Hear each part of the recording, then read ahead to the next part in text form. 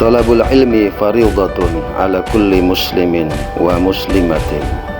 Menuntut ilmu wajib bagi seorang muslim laki-laki dan muslim perempuan.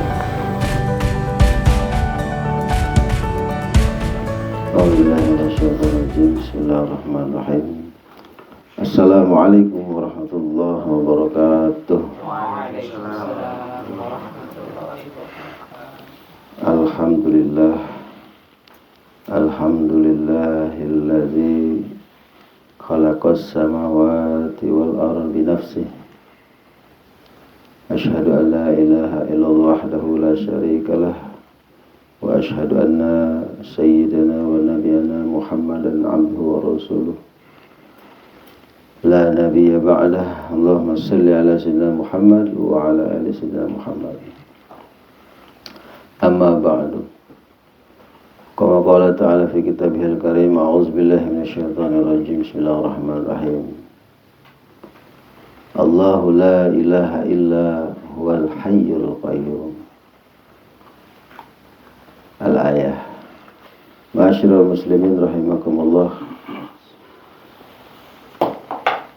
Senantiasa kita tanamkan dalam diri kita rasa syukur kepada Allah Subhanahu wa taala atas segala nikmat dan karunia-Nya, terutama nikmat iman dan Islam, sehingga dengan nikmat Allah tersebut kita bisa berkumpul malam ini di majlis ta'lim yang insyaallah diberkahi, dinaungi oleh Allah Subhanahu wa taala. Amin ya rabbal alamin. Salawat serta salam senantiasa tercurah kepada junjungan kita Nabi Agung Muhammad sallallahu alaihi wasallam. Semoga kita diberikan kekuatan oleh Allah Subhanahu wa taala untuk senantiasa menjalankan sunnah-sunnah beliau. Asyhadu an la ilaha illallah wa asyhadu anna Muhammadar Rasulullah. Allahumma shalli ala sayyidina Muhammad wa ala ali sayyidina Muhammad. Astaghfirullahalazim, astaghfirullahalazim, astaghfirullahalazim, innallaha ghafurur rahim. La haula wala quwata illa billahil azim. Malam ini kita membahas sifat wajib bagi Allah yang ke-6 ya. Wujud, qidam, baqa, mukhalafatul hawadisi, qiyamu. Yang kelima. Yang kelima yaitu qiyamuhu bi nafsihi. Jadi Allah itu punya sifat wajib qiyamuhu bi nafsihi. Artinya Allah itu berdiri sendiri. Nah, namanya berdiri sendiri. Jadi dalam segala hal Allah tidak membutuhkan sesuatu pun di dunia ini dan di dunia Allah Subhanahu wa taala, baik di dunia makhluk ataupun di dunia Allah Subhanahu wa taala. Berdiri sendiri. Jadi tidak ada, Allah itu bersandar kepada siapa, tidak butuh dengan siapa ya. Karena apa? Karena Allah kalau menghendaki sesuatu juga tinggal berkata kun fayakun ya. Jadi butuh apa? Logikanya nggak masuk akal kalau Tuhan itu membutuhkan sesuatu ya. Dalam ayat kursi dikatakan Allahu la ilaha illa huwal hayyul qayyum ya. Allah dialah Tuhan, tiada Tuhan selain Dia ya, yang maha hidup. Nah, yang maha hidup dan maha berdiri sendiri. Yang namanya maha hidup berarti bisa menghidupkan sesuatu, bisa mencipta sesuatu. Dia maha hidup ya. Dan hidupnya tidak berawal dan tidak berakhir. Dia memang sudah ada dengan dirinya ya. Dan untuk mengadakan sesuatu tidak membutuhkan yang lain. Makanya Al-Qayyum artinya berdiri sendiri. Contoh misalnya mau mencipta langit.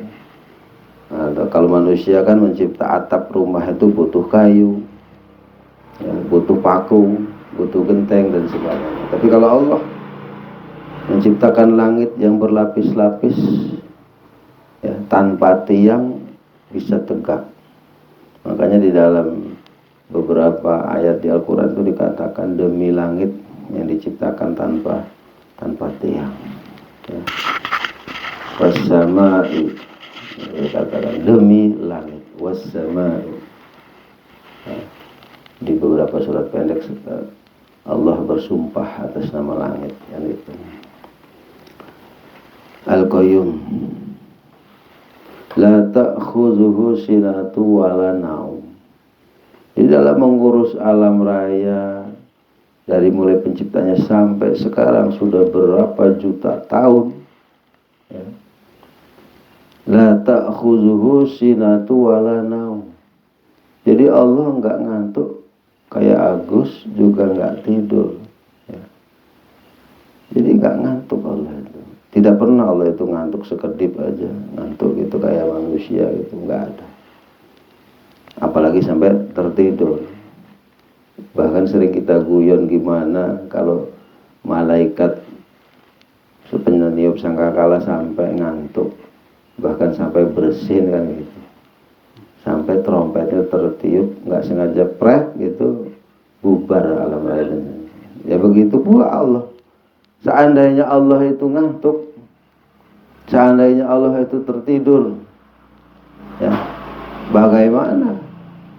Hembusan angin berhembus, angin berkobar, air mengalir berhenti semuanya misalnya. Karena gerak-gerik alam raya ini Allah yang menggerakkan semua. Tapi kita nggak pernah melihat ada air berhenti mengalir, angin berhenti, matahari berhenti. Hari ini libur dulu, matahari terbit, ya. Saya ngantuk kata Allah, nggak ada bahasa itu. Kita setiap hari mau tengah malam ada bulan, mau pagi hari ada matahari terbit, siang hari matahari terang benderang, ya. Jadi nggak pernah, ya, kita melihat selipnya Allah dalam menjalankan atau menjalankan roda kehidupan alam raya ini. Bahkan sirkulasi perputaran roda kehidupan, perputaran sirkulasi rantai makanan makhluk itu nggak pernah berhenti sama sekali, nggak ada, ya. Itu la ta'khudhu sinatun wa la naum lahu ma fis samawati wa ma fil ardh. Jadi apa yang ada di langit dan di bumi ini milik Allah, ya. Nggak ada satupun yang mengakui di dunia ini bahwa ini saya yang mencipta, saya yang memiliki. Nggak ada. Siapa yang berani kayak gitu? Nggak ada. Iblis sekalipun nggak berani mengakui. Saya mencipta api, saya mencipta kerajaan, saya mencipta air. Nggak ada. Iblis juga nggak. Iblis sendiri mengakui bahwa semua ini adalah Tuhannya Allah, yang mencipta Allah. Iblis, ya. Jadi selipnya iblis itu bukan karena tidak meyakini Allah, bukan, tapi karena kesombongannya, itu. Bahkan manusia ada yang lebih daripada iblis, kayak Fir'aun kan, sampai mengaku Tuhan bahkan.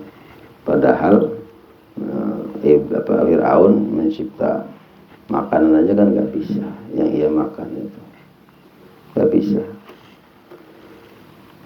Itu jadi lahu ma fis samawati wa fil ardh man dzallazi yashfa'u indahu illa bi'izni.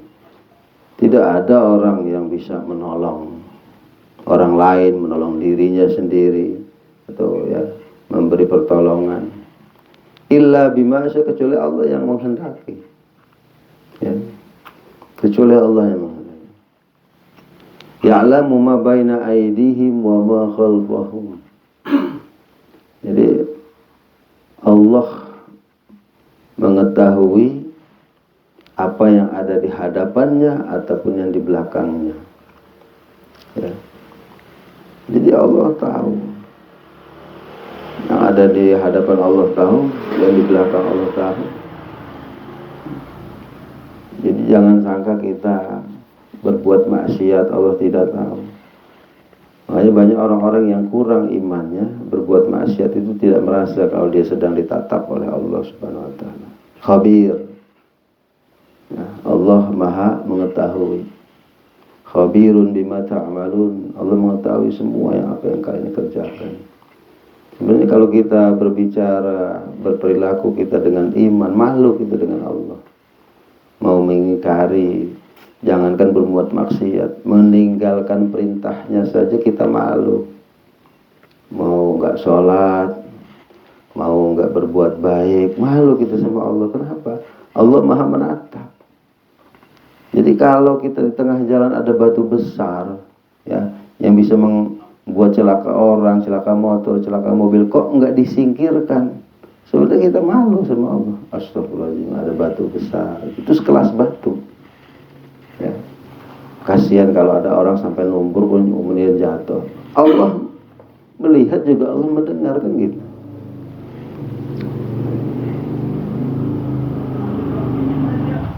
Nah, jadi kembali lagi ke ayat tadi. Wala yuhituna bi syai'in min ilmihi illa bima syaa. Ya.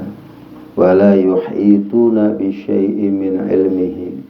Jadi tidak ada manusia ini yang bisa mengetahui ilmu Allah, ya. Mengetahui ilmu Allah dari langit sampai bumi, dari bumi sampai ke langit itu tidak mungkin manusia bisa mengetahui kecuali dikehendaki Allah.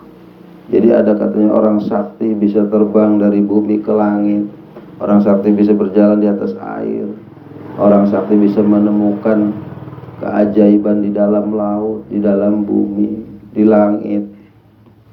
Itu yang diketahui sama manusia dengan seorang wali, seorang dukun, seorang yang sakti. Itu karena kehendak Allah Subhanahu wa ta'ala. Nah, wasi'a kursiyyus samawati wal ardh wa la ya'uduhu hifdzuhuma wa huwal alim. Maha luas kekuasaan Allah. Nah, dibacakannya ayat kursi ini gambaran begitu luasnya ilmu Allah, kekuasaan Allah, ya, dari langit sampai bumi, dari bumi sampai ke langit. Bumi berlapis-lapis, langit berlapis-lapis. Diterangkannya kekuasaan Allah, kehebatan Allah, ya, ilmu Allah ini semua qayyumu binafsihi. Allah mendirikannya sendiri, gitu. Ya. Allah tidak pernah bergantung kepada seorang wali, misalnya, kepada seorang ulama, kepada seorang malaikat. Jadi Allah untuk menumbuhkan sesuatu bergantung kepada malaikat. Gimana kamu aja Mikail, terserah kamu, misalnya.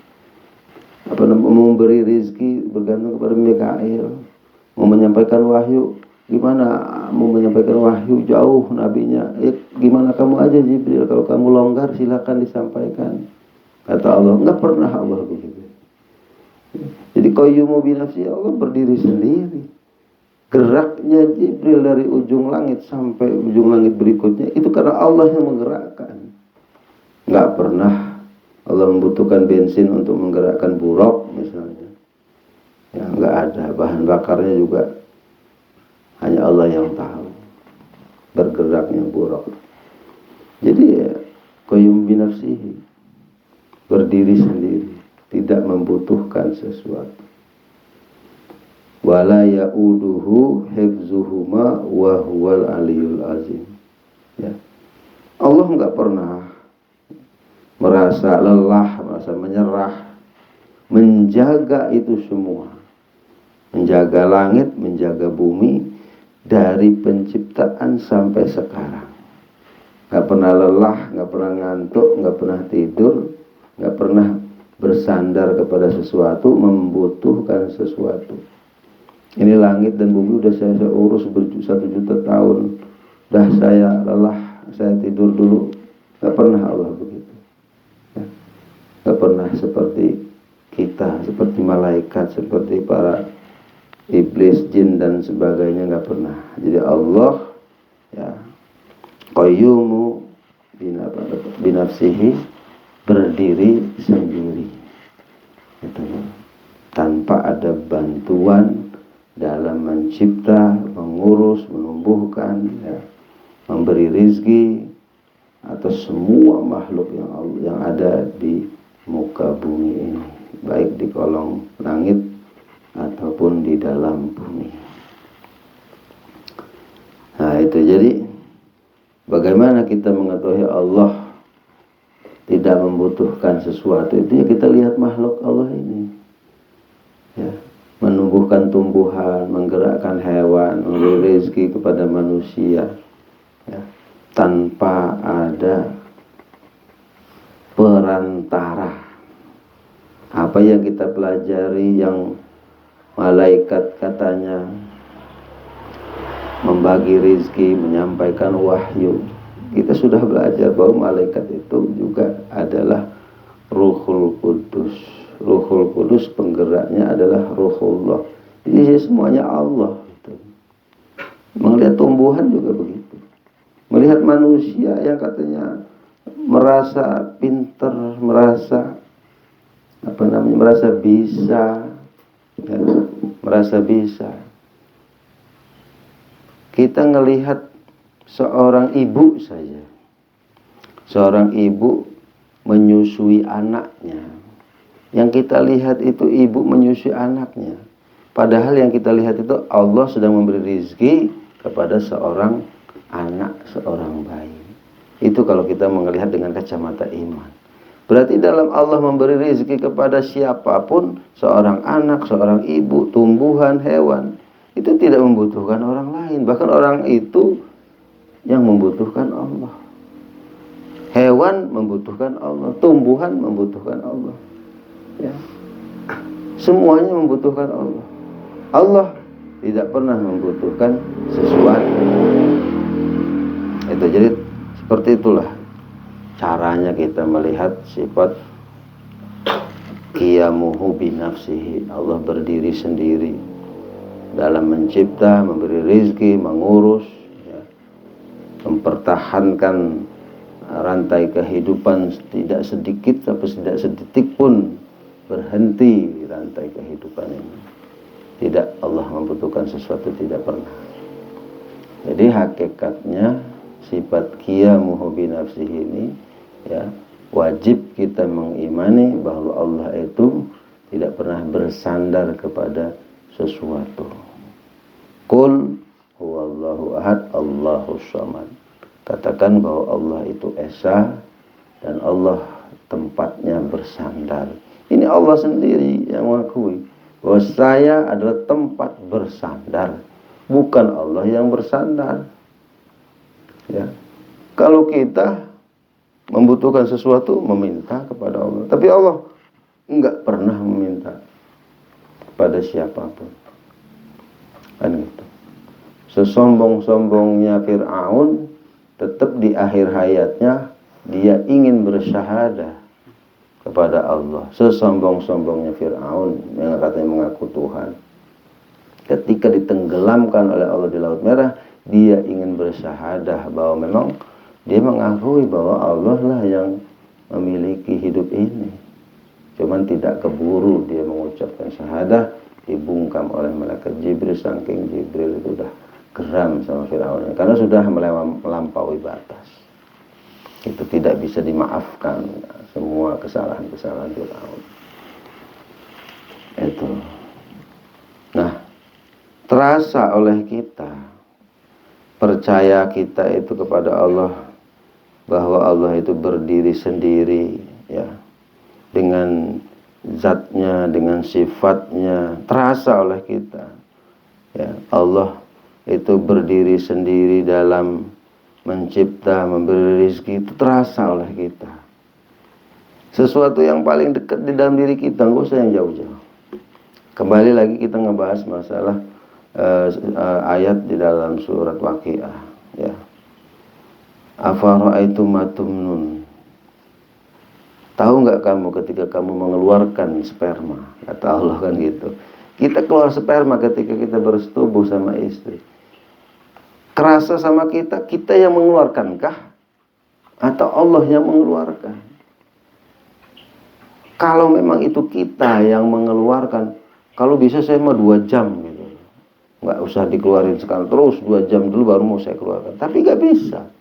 Keluarnya mani itu kehendak Allah. Bisa 5 menit, bisa 10 menit, bisa setengah jam, bahkan ada yang belum apa-apa sudah keluar kan itu. Nah itu macam-macam Allah menciptakan. Itu hal yang paling pribadi di dalam diri manusia ya. Katanya ini mah apa namanya privasi, ini mah alat saya pribadi. Allah itu yang membuat, Allah yang mengeluarkan. Itu nggak ada manusia yang bisa itu. Ya. Itu sesuatu yang paling pribadi saja itu di dalam diri manusia. Masih Allah tempatnya apa namanya bersandar, semuanya sesuatu itu bisa keluar itu ya karena Allah. Itu hal-hal yang paling pribadi saja itu Allah yang membuat gitu. Jadi nggak pernah Allah bersandar kepada sesuatu itu, nggak pernah ya. Dalam menumbuhkan ya, menumbuhkan tumbuh-tumbuhan, dalam menghidupkan api ya. Di dalam suatu waqiah itu menurunkan air minal muzni, dari kantong air yang di sana, di atas sana. Semuanya Allah Subhanahu wa ta'ala. Nah itu terasa oleh kita ya, terasa oleh kita sifat qiyamuhu binafsihi, berdirinya sendirinya Allah itu terasa.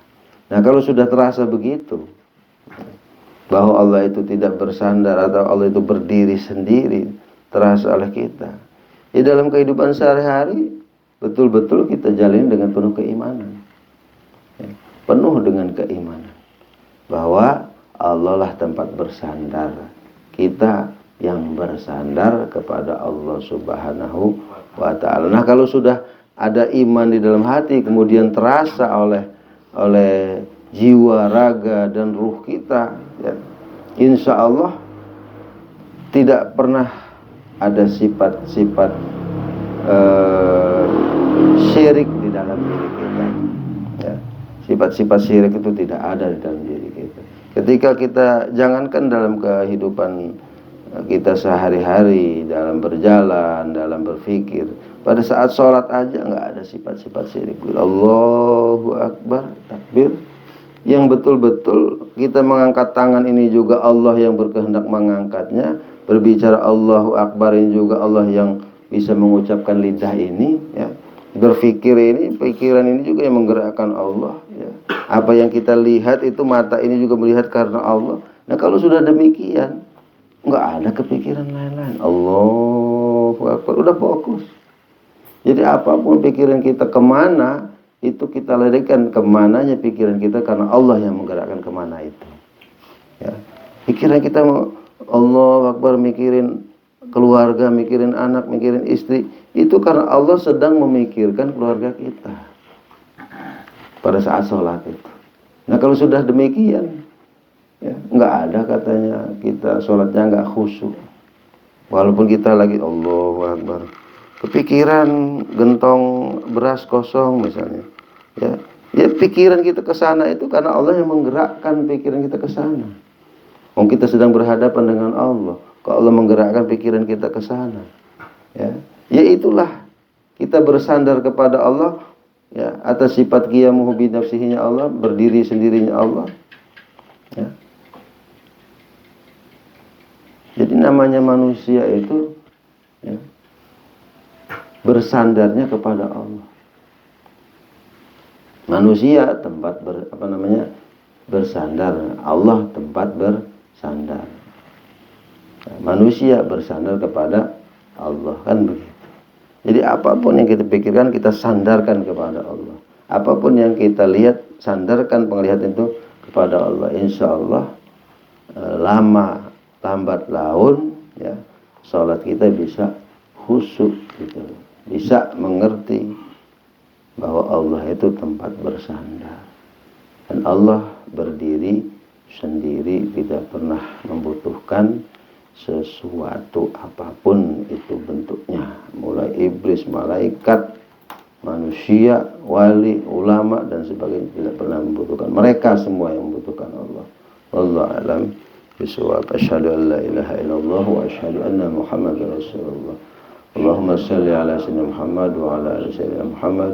Astaghfirullahalazim, innallaha ghafurur rahim. La haula wa la quwata illa billahil aliyil azim. Wassalamualaikum warahmatullahi wabarakatuh. Wa ma khalaqtul jinna wal insa illa liya'budun.